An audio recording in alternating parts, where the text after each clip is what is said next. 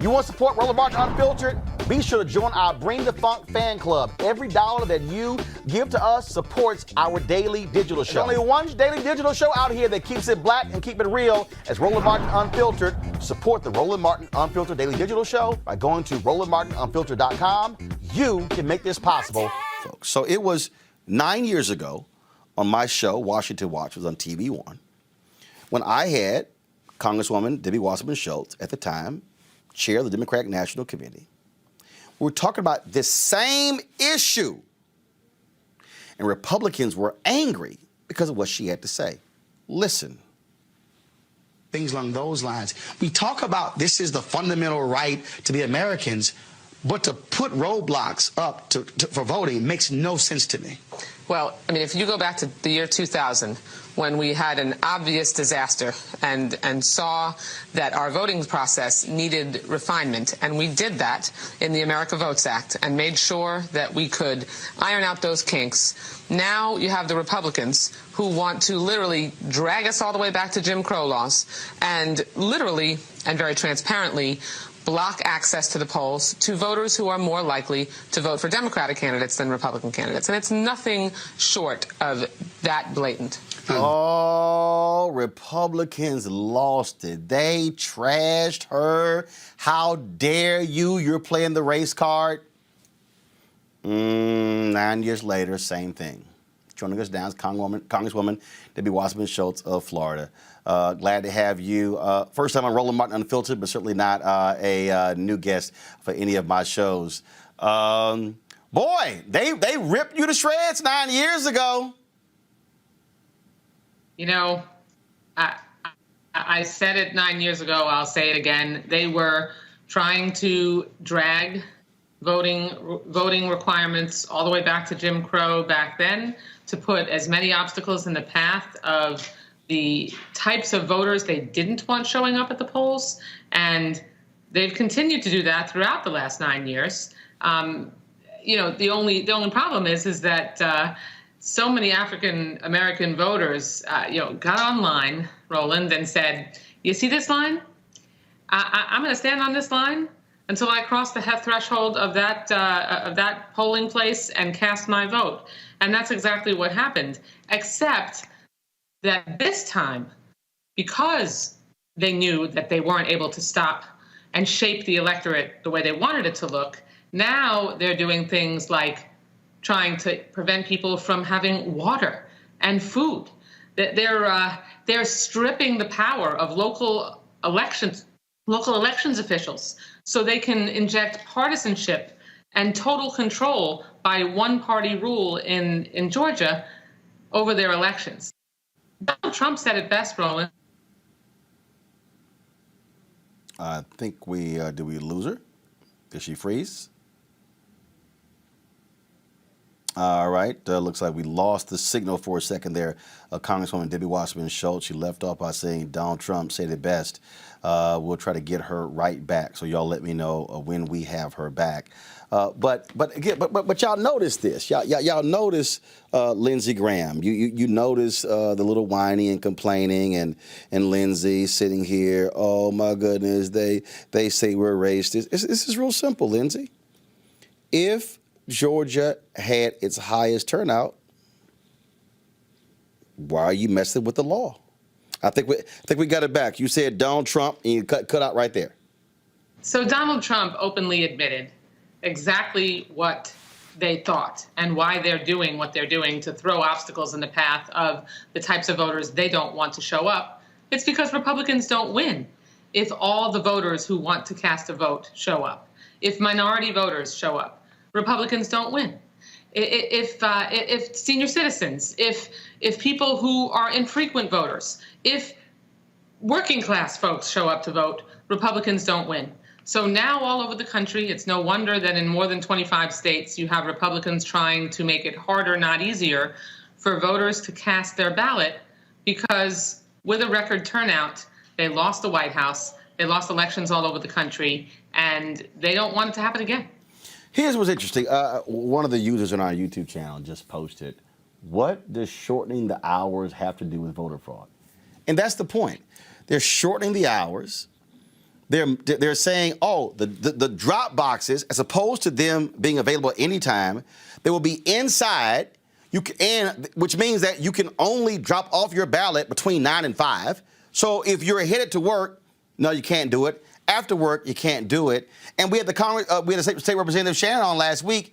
If your mother or your father or your uncle, my parents are 74, if they voted they voted absentee and said, hey, son, drop it off, I literally cannot pick up their envelope as their son and drop it in the box because that's now against the law.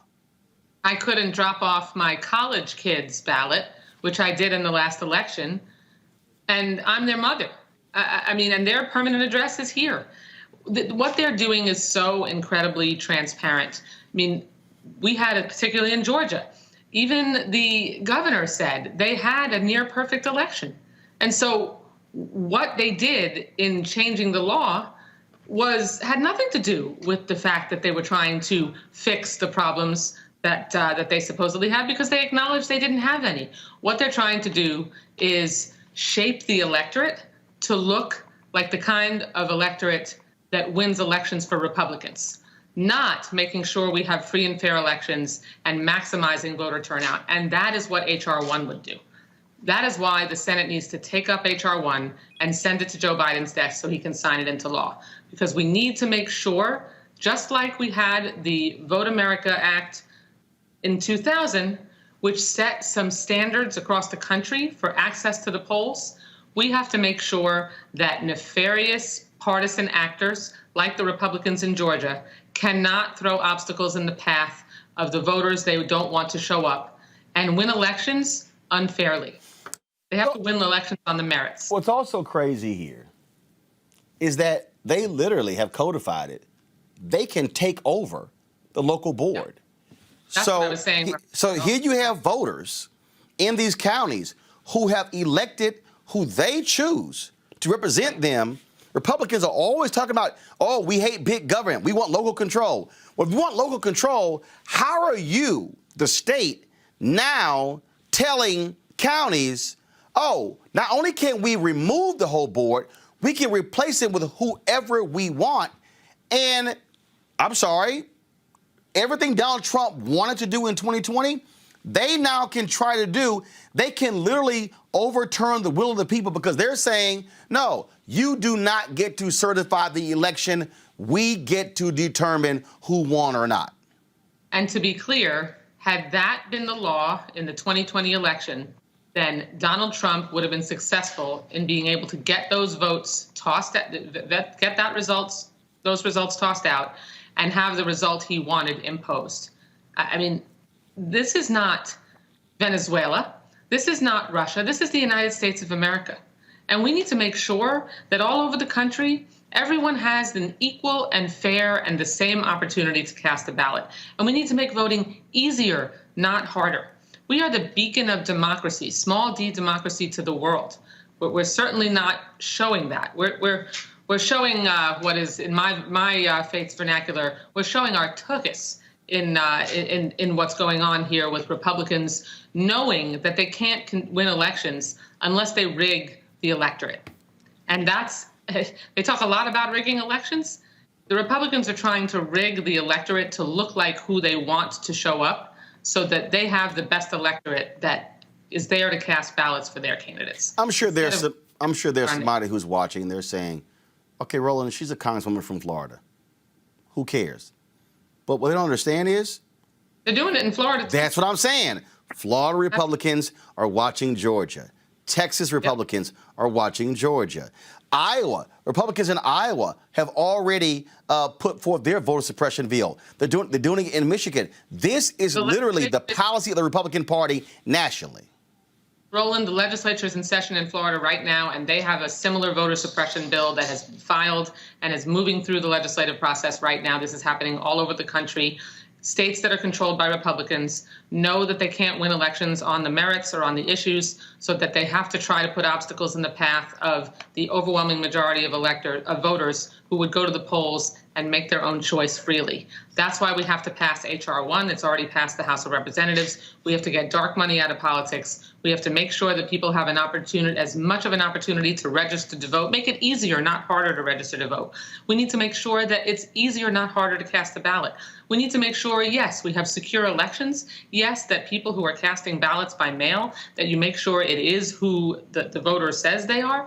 But the obstacles that these Republicans around the country are trying to throw in the path of mail-in ballot voters, especially states where they have been doing mail-in voting for years successfully, like we have in Florida, the only purpose they have is to try to make it harder for Democrats and people most likely to go to the polls and vote for someone other than a Republican to be able to cast a ballot. But how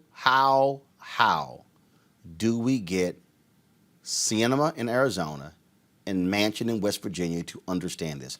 Senator Joe Manchin keeps doing all these interviews, talking about, well, as Democrats, we need to compromise and work with Republicans. I'm sorry. I have not seen a single Republican, not one, who believes that we should move on H.R. 1. They're saying we don't have to do anything. So I don't know what world Joe Manchin is living in. And so how do you, as a member of Congress, get him to understand that he's in la-la land, that what he's describing literally doesn't exist?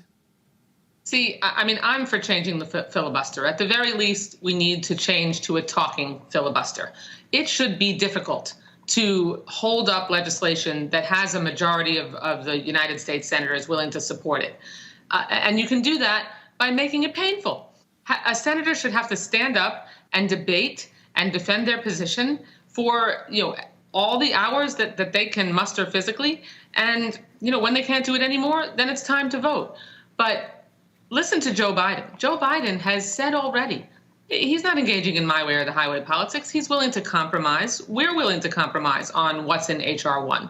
That's what the legislative process is about. You come together and you sit down and you find a way to pass what you can put together a majority for. I'm confident that if Joe Manchin and Kyrsten Sinema see that there is compromise that's possible, let's take the best parts of H.R. 1 that can ensure that more people, not fewer people, can cast their ballot. And then if the Republicans are still standing in the way, I hope my two friends on the Democratic side of the aisle in the United States Senate are the reasonable people I know them to be and understand that the filibuster reform is essential. Well, I hope so, because I don't see 10 votes. At the end of the day, the only way you keep the filibuster is if you could pick up 10 votes on the other side. I don't see one. I just don't. I don't either, because they want to win elections, and they know they can't win them fair and square, so they have to try to rig the outcome by shaping the electorate to look like an electorate that will show up and vote for their candidates, instead of an electorate that shows up and votes for candidates who support the issues that the majority of the American people want to see implemented, which is why Democrats won the election in November and why we should be able to implement the policies that Joe Biden and our Democratic majorities in the House and Senate ran on. And we need to make sure that there aren't artificial obstacles like the filibuster in the way to prevent us from doing that. Congresswoman Debbie Wasserman Schultz, I appreciate it. Always glad to have you here. I look forward to you coming back the next time. Thanks, me too. Thank you very much. All right, folks, back to our Roland Martin Unfiltered video in just one moment. It's time to be smart. When we control our institutions, we win. This is the most important news show on television of any racial background. Y'all put $2, $3, $4, $5, $10, $15, $20, $30 on this and keep this going. What you've done, Roland, since this crisis came out in full bloom. Anybody watching this, tell your friends. Go back and look at the last 2 weeks, especially of Roland Martin Unfiltered. Hell, go back and look at the last 2 days. You've had sitting United States senators today, Klobuchar and Harris. Whatever you have, you can bring to Roland Martin Unfiltered to support it. Please do, because this information may literally save your life. Watch Roland Martin Unfiltered daily at 6 p.m. Eastern on YouTube, Facebook, or Periscope, or go to RolandMartinUnfiltered.com. Support the Roland Martin Unfiltered Daily Digital Show by going to RolandMartinUnfiltered.com. Our goal is to get 20,000 of our fans contributing $50 each for the whole year. You can make this possible. RolandMartinUnfiltered.com.